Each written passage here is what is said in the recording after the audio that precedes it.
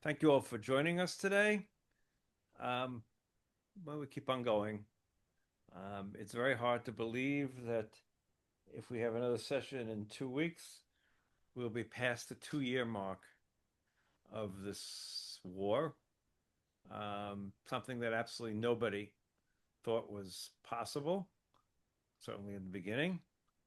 And Israelis don't quite understand, by and large, what the implications in the world are. I don't even talk about the implications here. We'll get to that in a minute.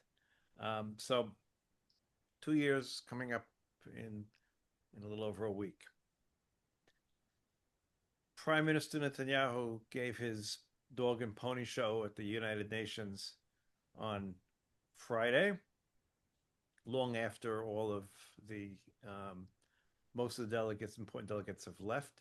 Usually does it on Friday, so as an excuse to stay for the weekend, but he didn't need to this time because he has the excuse of his meeting with Trump tomorrow, which is what everyone is talking about here, and we'll talk about that in a minute. Uh, his speech was a speech aimed as an election speech. He usually gains support here in Israel when he gives these great speeches in English, and amongst his supporters, the answer is, who else is there but Bibi who could speak like that? And therefore, we have to keep voting for him because only he could speak like that at the United Nations. There is no doubt that he is one of the best speakers Israel ever had. That's how he got the job to begin with. For those of you who are old enough to remember, he used to show up on Ted Koppel on Nightline when he was first when he was working in the embassy in Washington, and then eventually when he became the UN ambassador, and that's what brought him to fame. And the Israelis saw him, and his great English. He would make a great U.S. senator. I wish he was a U.S. senator. Um, but the reality is, every time the Israelis hear him, they say, "Wow, only he could speak like that." Now, of course, there are very few Israelis alive who remember Abba Eban, who was actually the best orator Israel ever had. And of course, he was only foreign minister. He was never prime minister. He never could become prime minister because he wasn't considered tough enough. But he was an incredibly excellent orator. He was a lousy professor, but that's a story for a different time. But the reality is, uh, that was what that speech was. It was a speech aimed at the domestic audience to show how great he is, how he can speak up to the world and stand up to the world and all those things. Now, the speech, however, probably in the end did not help him a great deal here because of the controversy. What's talked about here is the fashler or the disaster or whatever about the loudspeakers. This decision on his part to have loudspeakers in Gaza so the Gazans could hear him got tremendously bad PR here in Israel. The concept that soldiers were taking a risk bringing loudspeakers into Gaza so that they could hear the prime minister speak. I mean, very North Korean, excuse me. But then the prime minister's office just straight out lied and said no, they were only told to be at the outskirts of Gaza, not into Gaza itself. The speaker should only be at the border. And of course, immediately reservists called in and told the news media, no, I'm sitting here in the middle of Netzarim passageway near the city of Gaza with the speakers. So it's one of the interesting things. It's not only him, of course. There are other world leaders that fall into the category of saying outright lies that can be proven. Once upon a time, a politician, yeah, politicians would make promises, right? They would lie about what they would do. That's like standard, right? How many politicians make promises that they can't keep? It's one sort of a lie. Generally, though, obviously, when they make that promise, 20 seconds later, you can't prove them to be a lie. Now, these days, it's easier to prove lies, of course, because of the internet. You can look it up. The fact checkers, which fact check President Trump and Netanyahu, and they can say immediately this is wrong, etc.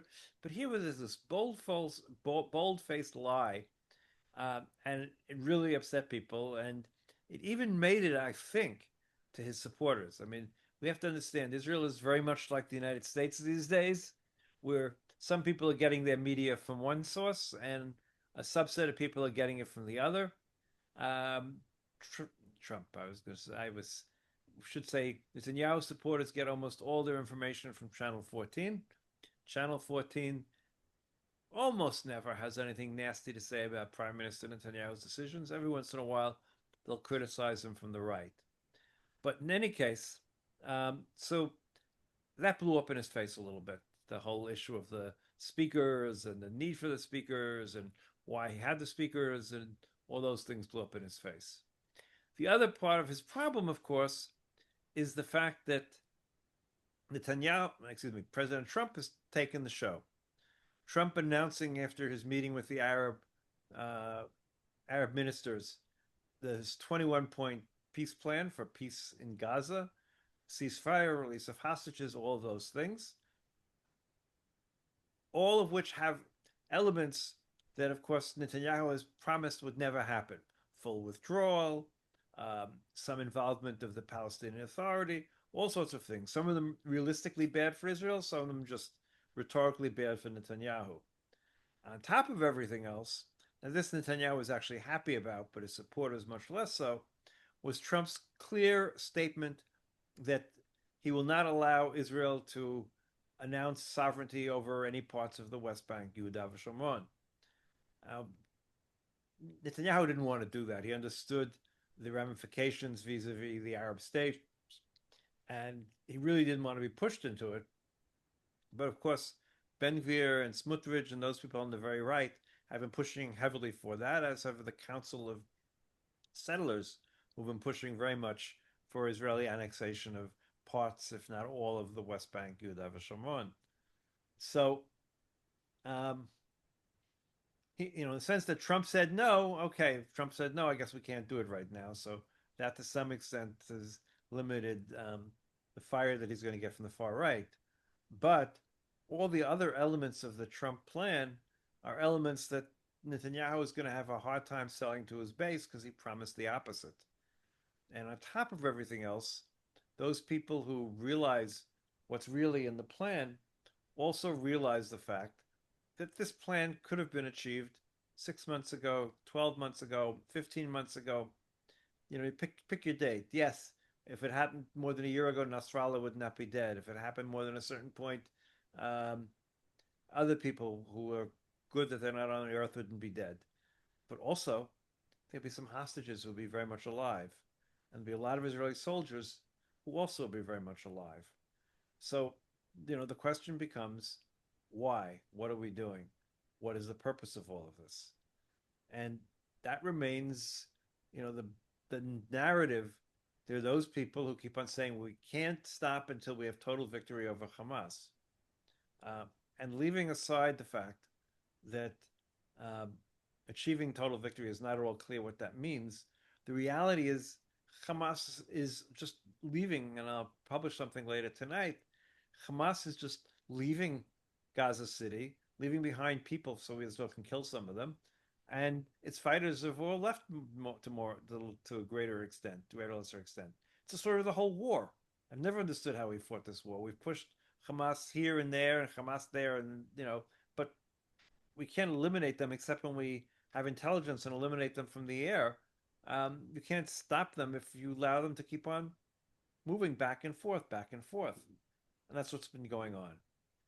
There is this lack of understanding that even if we wanted to and destroy Hamas, we don't really have the ability to do it. We don't have the troops to do it. I mean, eventually we could in a couple of years.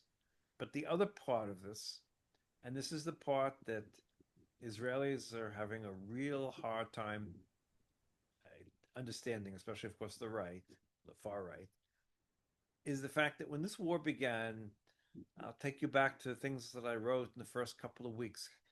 How long will the world allow us to fight in Gaza? Generally speaking, the idea was always we had 2 to 3 weeks to finish a war.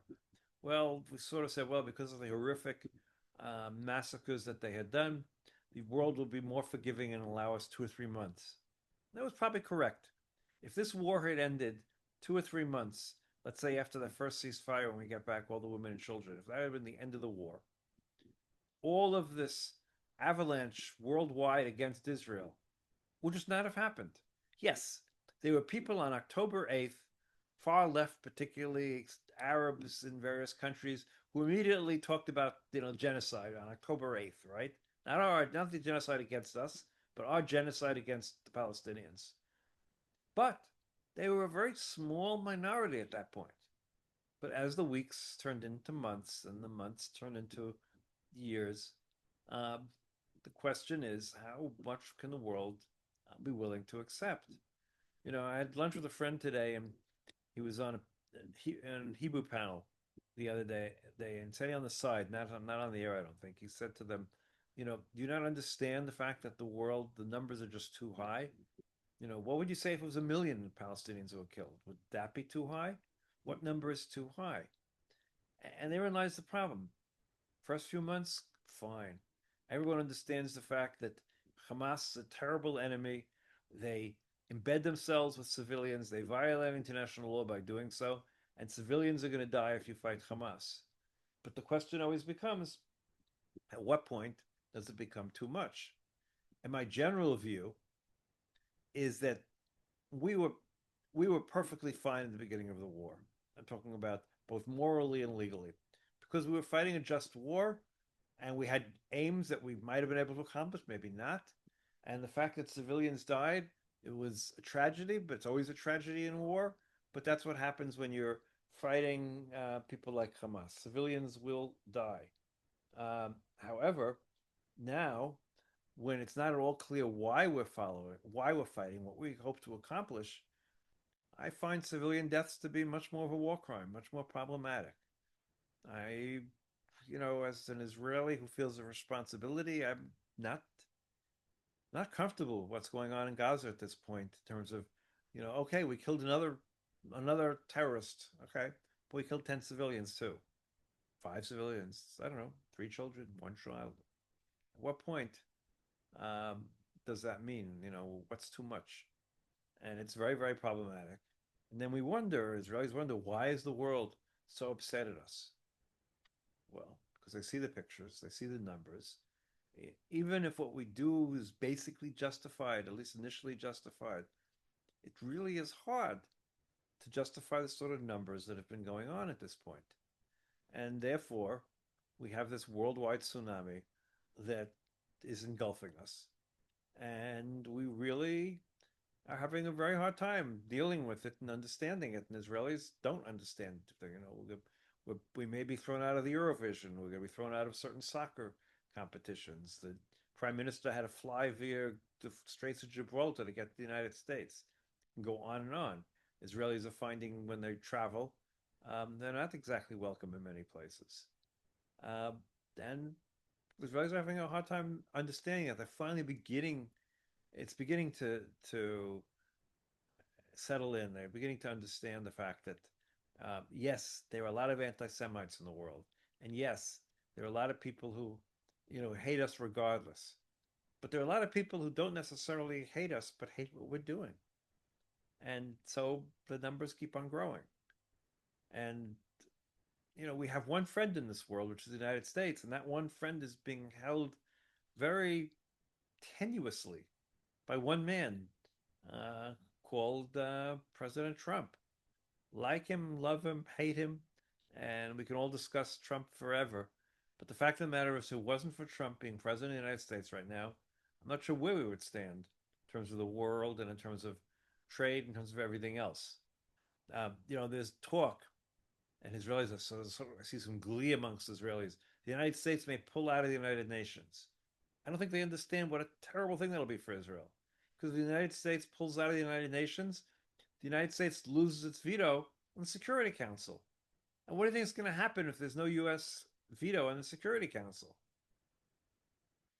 So we better hope that the crazies in Washington don't win and Trump doesn't decide to pull out of the United Nations, because that would be terrible for Israel. I won't discuss what it would be for the United States, but it'll be terrible for Israel. So now we have the meeting tomorrow with President Trump. It's been reported that Prime Minister Netanyahu canceled the public meeting he was supposed to have today because he's worried and is trying to prepare himself for the Trump meeting, especially after Trump posted, I guess it was on Truth Social, the fact that he's very, very optimistic we're going to be able to do things that we've never been able to do before, et cetera, et cetera. In other words, he's going to be able to pull off a complete peace agreement and all the elements therein. Now, let's break that down for a minute because it requires some breaking down. First and foremost, we haven't heard from Hamas, who claims they haven't heard anything about it. So there is that second side to be heard from. Second of all, we haven't really heard from Netanyahu. Now, if Trump insists on something, Netanyahu is going to have no choice but to agree. A friend of mine said, well, he talked about Sparta. He was talking about being Sparta vis-a-vis the United States as well. But no, I tried to explain.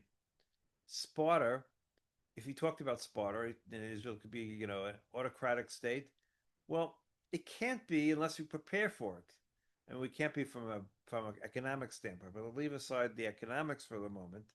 Let's just talk about arms, which he said he was talking about. Well, 2 years ago, or just a little less than 2 years ago, he talked about the need for us to be producing our own explosives because we don't have, we don't have the chemical industries to produce explosives. Well, guess what? Nothing has been done since then. We can't any sooner start making explosives. We don't have to make steel in this country. There are all a list of things that we don't make. We can't become Sparta. And if the U.S. turns off the spigot goes off. So leaving aside, Trump himself, who insists he gets his way, we can't go against the United States. Not now, not when the whole world but the United States has turned against us. So if Trump insists that his peace plan is that we have to accept the plan, we're going to have no choice. Now, there's a lot of open areas in this 21-point plan, and there's some things that are very problematic for Israel. So, for instance, there's no talk about what happens to the Egyptian border, Rafah, and how do we stop Hamas from smuggling weapons into Gaza. There's a problem when you have international troops. Why has Israel always been opposed to international troops? Because international troops, it's very hard to attack when there are international troops there. They act as a protective layer against the terrorists, by and large, which we saw happen in Lebanon for many years. So by introducing UAE troops and Egyptian troops into Gaza to protect, quote unquote, and ensure that Gaza remains disarmed, we make it almost impossible for us to do anything ourselves. And of course, after October 7th, we're not willing to rely on anybody else to take care of our own security. So that's very problematic also. And of course, there's the issue of the Palestinian Authority, which is a red Sadin Adom. That's a red cloth for the Netanyahu government. The red cloth in terms of bulls, and the idea that the Palestinian Authority, who this government doesn't waste 5 minutes not talking about how they support terrorists, etc. That's a separate discussion. Cannot be involved in Gaza. Well, they spent years supporting Hamas to be accounted to the Palestinian Authority. We've weakened the Palestinian Authority over the last 8 to 10 years, and we've strengthened Hamas. I don't think that worked out very well. Now, is the Palestinian Authority wonderful people? No. Did they come to an agreement with us for peace before this? We negotiated with them, but no, they wouldn't make an agreement. No, they didn't agree to Barak's plan, excuse me. No, they wouldn't agree to President Clinton's plan afterwards, and they didn't agree to Olmert's plan, all of which would have given them a state with over 95% of the land in a two-state solution. So are we suddenly going to find that they're angels? No. But that's certainly better than Hamas. And of course, you don't get to decide who your enemies are. Now, so this government's going to have a really, really hard time accepting that part of President Trump's plan. I'm not sure how the government will be able to, but I don't see how they will not be able to. So we'll have to see what happens tomorrow in Washington. Maybe Netanyahu will successfully turn Trump around about this. I don't know. He's been very successful at lying to Trump until now and being able to say, oh, just a little bit more, we'll take care of it. But I think Um, Trump realizes this was not going to end anytime soon unless he brings it to an end. Now, of course, one of the problems with this administration generally, talking about these, well, actually, it reflects both administrations, both the Israeli and the American. Both of them don't have people doing staff work. Particularly the American administration, over the years, you would have an active national security council with experts on Middle East and with all sorts of expertise and negotiation expertise, etc. The people who make up the current National Security Council, a uh, don't have the confidence of the president, excuse me, and b there's no great expertise there. I mean, Steve Witkoff seems to be a well-intentioned person, and we won't get into the issues of Qatar for the moment. But the reality is, he does not have any diplomatic experience. He doesn't have any Middle East experience in terms of the intricacies of what went on before. Sometimes a new look is good, and maybe getting rid of a lot of the um, problems of the past sometimes can be good. But it's really hard to negotiate details without understanding the situation on the ground and without understanding the meaning of various statements. So I find that very problematic, and I think we all do, and worrisome. So if all that wasn't enough and enough problematic, today we had an additional little issue. Um, Minister of National Security Ben Gvir has been promising. Uh, his big thing is well, he has a lot of big things. So one of his big things is uh, death sentence for terrorists. The logic being, well, if we kill them and death sentence, we won't be able to exchange them at some later point for our soldiers. Now, we'll leave aside what the long-term consequences, possibilities, whether it's moral. We'll put all that aside right now. That's a different argument for a different day.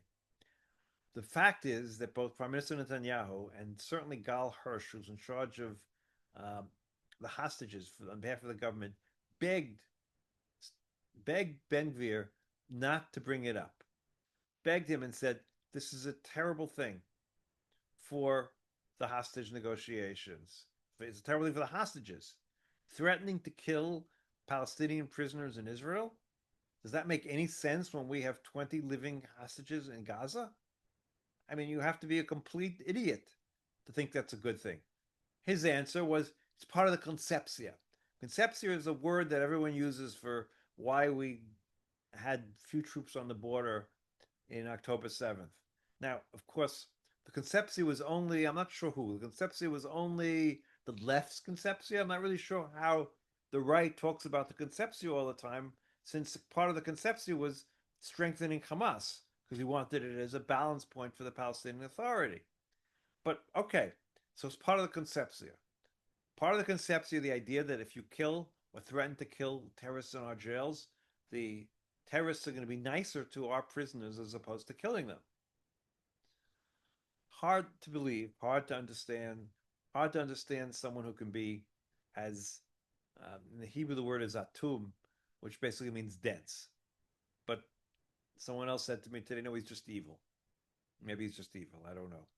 But the idea that this is a time to discuss a law to execute terrorists seems very, very mistaken and very, very sad that the Israeli government or part of it would be pushing for it.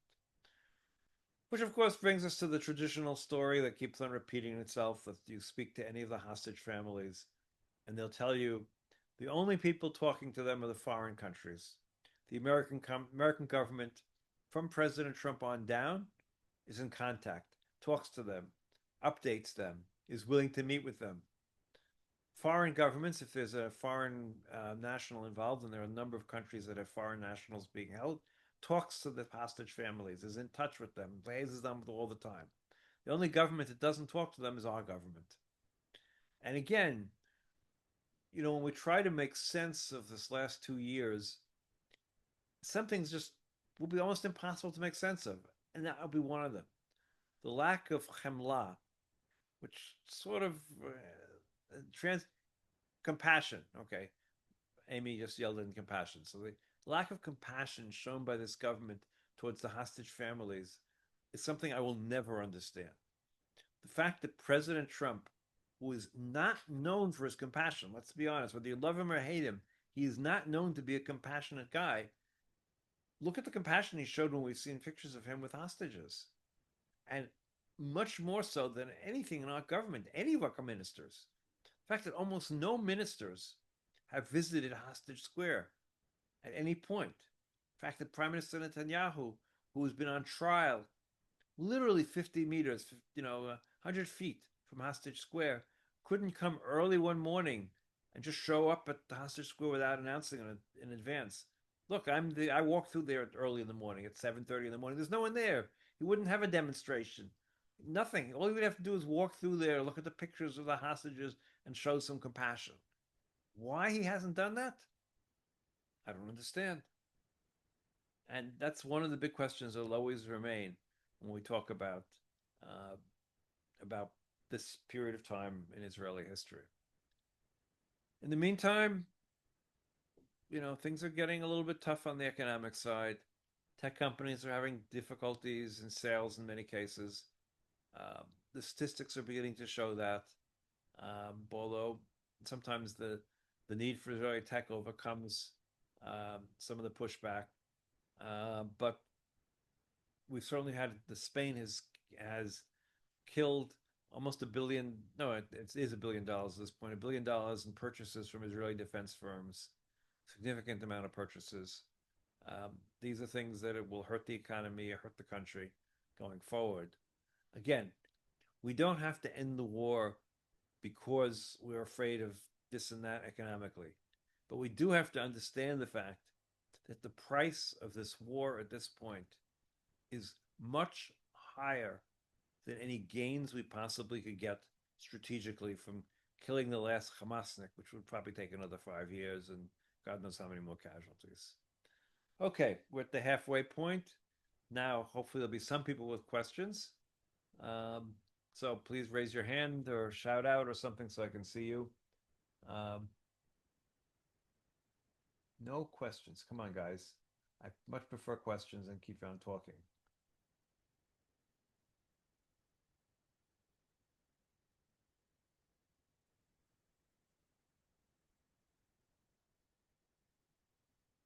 Okay, I see Alan Krim with a finger up.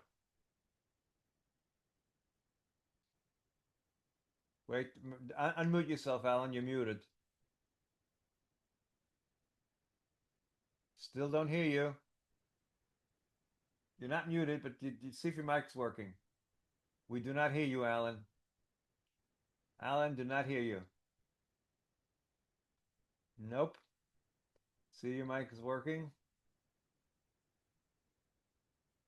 Okay. In the meantime, we'll go to Brian. Alan, ask your question in the chat, and I'll answer it. Type it into the chat, and I'll answer it. Brian. Hi, Mark. I wanted to ask you about what's the feeling about the increasing cultural boycott that's developing, the threat of a boycott of on Eurovision, on now football. What's the sort of mood and feeling about that? Is it having any impact on the sense of what Israel should do? What's your view on that one? Okay, so I know the second part of your question. It is having an impact. People are talking about it. It has an impact on people. The Eurovision, of course, is very, very popular here in Israel. Um, Football is also important. Um, Soccer, I know, but depends on who we're talking to. So I believe that some of our audience here calls it football and some of it calls it soccer. So whatever the case may be, from what I understand, and I don't remember which one of them, but we can't be thrown. We can be thrown out of FIFA and not the other one, or vice versa. I'm not really sure, but the reality is that it has an impact. It's something real, and again, having an impact on the decision making of this prime minister. It hasn't. I mean, look, I don't know of any serious analyst who doesn't sit on Channel 14 who does not think that the war has been extended primarily because of Netanyahu's political concerns more than anything else. That while you make arguments why it should be, but the overall reason it's been extended is because of his personal considerations. And the bottom line, and this goes back to the fact that, but Netanyahu said to Ehud Olmert, when Ehud Olmert was being investigated, before he was indicted, he said, "You need to resign because we will not be able to differentiate between what you're deciding to do for the good of the country and for what you're doing for the um, needs of your own political needs, etc., or legal needs." And that's what he said. Olmert listened, resigned, was found guilty. Maybe that's why Netanyahu is not resigning, but he did. And as a result, he resigned, and Netanyahu doesn't. And so everything comes down to the fact that no one really knows, when is his decision for the good of the country? When is his decision because he politically will lose his majority? And losing his majority seems the worst thing possible. Right before I was right before we went on the air, I was on I-24 News, and the segment before I went on was on Britain and the politics in Britain, and how Carl Stomer's approval ratings are like 16, the worst in history, even worse than, I forgot the name of the woman who was prime minister for 49 days, but she was Liz 49, Truss. right? Trust. She was prime minister for 49 days, and her opinion poll, it was so messed up and so many mistakes made that she had to resign after 49 days. Netanyahu is still here 2 years after the worst day in Israel's history. So hard to. So yes, people are upset about these things. People, again, there are 2 points that keep on being made, um, which can both be true and, of course, not relevant. Number one, there have always been anti-Semites, right? A certain percentage of the opposition to Israel in the world, etc., is because the world is anti-Semitic. There are lots of anti-Semites, whether in the United States, in Europe, anywhere else in the world, there are anti-Semites, and they existed before this war, and they'll exist after this war. The other argument that I keep on hearing from Likudniks is the world likes a winner. So we have to keep on fighting because once we win, everyone will love us again. I'm not such a believer that everyone loves a winner. Yes, we loved the winner when we won in Iran in 12 days and didn't kill too many Iranians, except, military people. I don't think we win, if we win in Gaza another year and a half and kill another 100,000 Gazans, the world's going to love us. So, but, Netanyahu needs us to keep on fighting, it seems. So we'll have to see. Is there any sort of pushback? Is there any pushback? Because it's not just the sport and sports boycott. The cycling has got involved in this. There's also the campaign against actors, actresses, and novelists. The whole cultural boycott is Yeah, beginning but to when we say escalate. pushback, what does that mean? We have a system that doesn't really have a lot of pushback in it. Our system stinks. We don't have a system where members of the Knesset are independent in any which way. In Britain, members of the parliament are elected by area. Now, while they have party identity, if they know that in their particular area 95% of the people opposed to whatever policy, they're going to find a way of voting against their own government.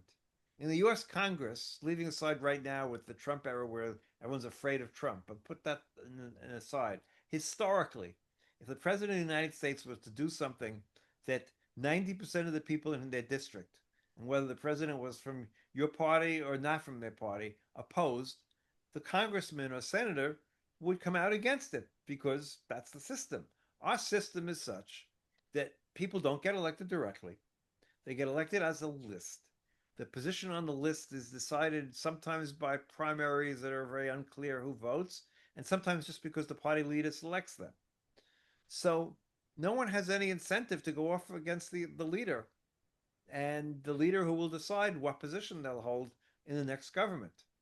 So pushback doesn't have any real impact. So yes, it's making people depressed, but it's not having an impact on policy, I'm afraid. How depressing. It is very depressing. Very depressing. Anybody else?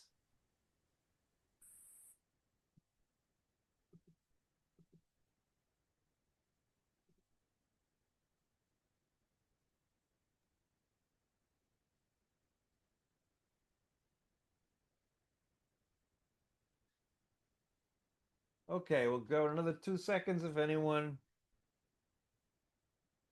Okay, I Look in see the chat. in the chat. Okay, but I don't see. Oh, it's a note taker. Okay, everyone, sorry.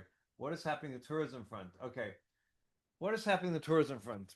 I would say what tourism? There is no tourism in this country. There hasn't been since the beginning of the war. Yes, people come on these missions and do the volunteer work and all that's very nice. But in terms of, regular tourism and type that filled the country, no, there is no tourism in this country. There's some groups that come, youth, some of the youth are still coming, those sort of things. But general tourism, you know, you hear English on the streets only because there's a significant Anglo population these days, let's say in Tel Aviv. But tourists, nah. You go to an Israel, you go to one of the hotels. Every once in a while, we've been to a hotel for a dinner. Um, all the guests are Israelis by and large. I say all, but a high percentage of them are Israelis. Regular tourism does not exist. Of course, again, the prices are very high. You look at the prices, LL prices. Um, for next, are in the thousands of dollars in many cases. Sometimes there's some, if you want to come in November, there's still tickets, I think, for 1,400 or something like that, which is not, off season. November used to be $900. Now, I'm not sure. I didn't look at what United and Delta prices are. LL has a certain real advantage right now over all the other airlines because most Israelis want to come in and leave, leave and come into the country on LL because they know that if something goes wrong, LL will keep on flying. So most people I know will spend the extra money if to fly in and out of the country. I know people who will do something like fly LL to Greece and then pick up Delta or something else so that the price isn't outrageous. But general tourism, there isn't any, and that's too bad. The people in the tourist industry are really suffering. Hotels a little less so because again, there's domestic tourism, but still, um, the hotels that depended on foreign tourists are certainly hurting. The people, the tour guides, and all those type the additional people, the poor people, and I think about the people who on Ben Yehuda Street in Tel Aviv that had all these tourist shops. So first they would hit by the fact that Ben Yehuda Street has been torn up and partially closed for the last 2 years because of the work on the light rail, and then the fact that their customers haven't been here. So I don't even know. I haven't even looked recently if any of them are even surviving and survived this. Um, but no, tourism is not good, and the economy itself, it's a lot of problems in terms of that. Brian Ratner. Sorry to go again, but I thought I'd keep it going. We hear, I Like read you. very Okay. I read very little, or there seem to be very few updates on what's happening in the north, the rebuilding of the kibbutzim and the villages and the towns there. What have you any sort of knowledge Yes. about Oh, that? okay. Yes, I do. Um, so it's really dependent. It's slower than in the South. It got started slower because it was until this person was picked and all sorts of things. So it's been slower in the North. It's also been problematic in the North for technical reasons because they picked a certain line. You had to be a certain distance from the border, and the reality was the Hezbollah rockets, hit much larger area in the South. Uh, in the South, the area that was hit, on October 7th, obviously was relatively very close to the border. And so it was limited to the pretty much the border settlements, including Sderot, a little bit to Ofakim, which is in a little bit. But by and large, it was limited to that. In the north, there were large numbers of areas that were hit and that were beyond the immediate vicinity, and people left. Um, the places that were hit the hardest, places like Manara or other places right along the border, some are being rebuilt at a reasonable pace. Some are taking longer. Kiryat Shmona, you've gotten mixed stories. I'm not really sure what's going on in Kiryat Shmona. Some people say that 80% of the people have come back. Others say it's a lower number. Some towns like Shlomi, which is also close to the border, supposedly numbers are 100%. So by and large, I think the numbers are reasonable up north, with some exceptions and some difficulties. But it's not simple. It's not simple, and of course, some people have discovered that they've been living up north, and suddenly they were living in this, in Tel Aviv, and suddenly they didn't have to wait a month and a half or 2 months to see a doctor because in Tel Aviv, I won't say there's extra doctors, but there are a lot of doctors in Tel Aviv. And you know what? They didn't in the north. There are only really three hospitals in all of the north. You have Ziv in Sfat, you have a hospital in Naharia, and you have Rambam in Haifa. In Tel Aviv itself, you have two hospitals, and bigger hospitals.